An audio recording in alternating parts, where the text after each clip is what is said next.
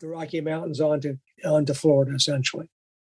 So now we're going to do it. We're going to dive into the Ned rig itself. And I want to start this with one of my favorite articles that I've ever written by you is the one that was just titled, it was, correct me if I'm wrong, it was something like a history of Midwest finesse and the so-called Ned rig or something like that. Where it was just, it's funny to see the name Ned Kehde writing about the so-called Ned rig and that article was so good because basically if I remember right, it basically paid homage to all of those guys that were early on. It was, again, Guido, it was Dwight, Virgil, all of those guys. And then it basically said that, they had a huge role in popularizing what is now called the Ned rig. But for a long time, that wasn't really a huge part of the kind of whole Midwest finesse repertoire. It was just kind of like a small portion of it. And now it's just taken on this huge life of its own. And now your name's obviously attached to it. But one thing that's always interested me is that you always kind of credit those pioneers. I mean, the packages say Ned on them. They say Ned rig, but every article that I read by you is paying homage to those early guys and those folks that were starting it out. Can you explain to us how that connection was made, how you became attached to the Ned rig? Okay, let's just give these guys a little bit of credit first. Chuck Woods. Yeah. I called him the father of Midwest finesse.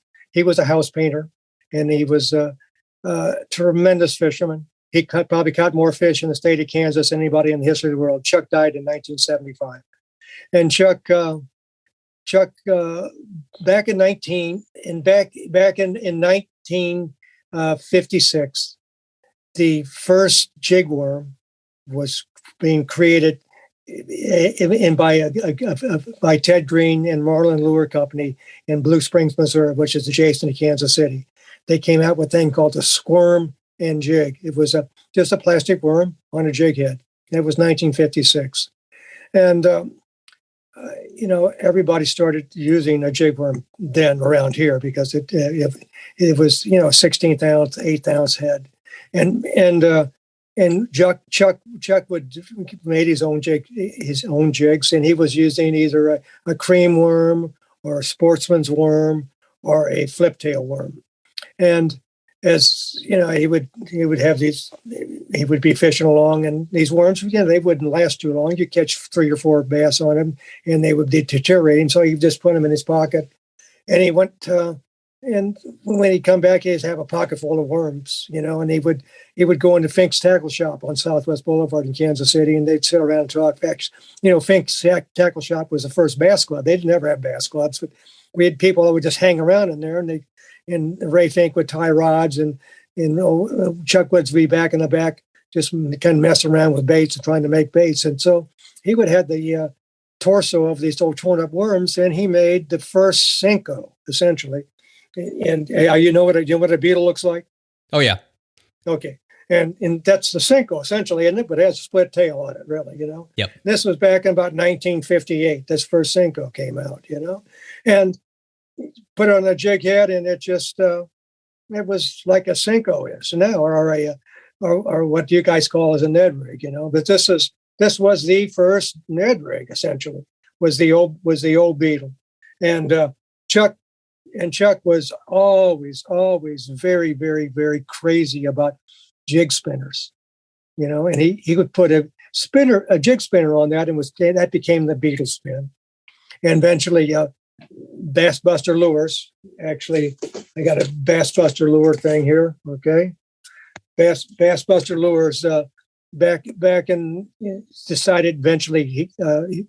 Virgil Ward and Bill Ward used to hang out at Fink's Tackle Shop too, and they decided to make the beetle and the beetle spin, and it was dynamite. It was for a while. It was probably the greatest selling bait in the history of the world. But Chuck didn't make a dime off of it, essentially. He didn't make a dime off of it. But it was such a good bait, just fishing it on a jig head. Virgil Ward used to go down to Grand Lake and fish a couple riprap shorelines down there on some causeways. And just, actually, he walloped him. Yeah, it was just, and fishing it on a 16-ounce jig head, and it was just, that was the start of it. Those guys did it before I did, Yeah, what I've done is I write about it, rather than, and I use it, yeah, 'cause I love it and catches fish. But that's that's how it started, and then there's a lot more to it too, then and the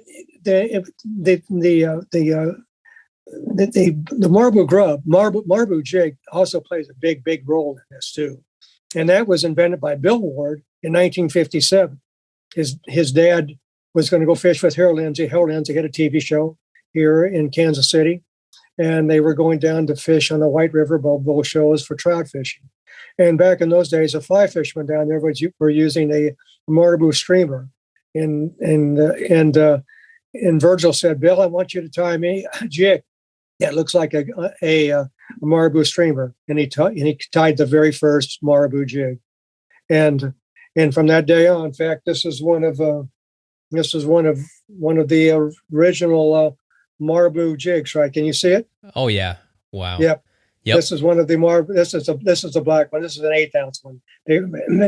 They would go up in the late 50s up to fish Lake of the Woods up in Canada, and using a 1/32 and 1/16 ounce jig up there.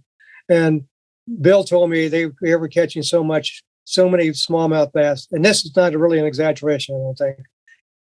Their wrist hurt. They had to stop and go fish for a walleye, and that's more of this whole thing. These marabou jigs are really very very important to how we developed the so-called Ned rig. And another aspect I need to add, Bert Hall lived down in Forsyth, Missouri, and he the Roadrunner, after the jig was made, he made the Roadrunner, which had a spinner blade attached to the head, which is everything. That's now a big time deal. A lot of people are using these spinner rigs like that, but that was done in 1957.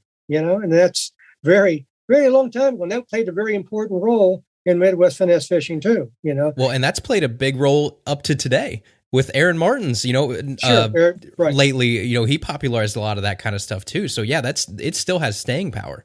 Sure, right. And so it all started, in this whole triangle from Kansas City down to Bull Shoals down to Grand Lake. So it's all within this realm right here. And Chuck was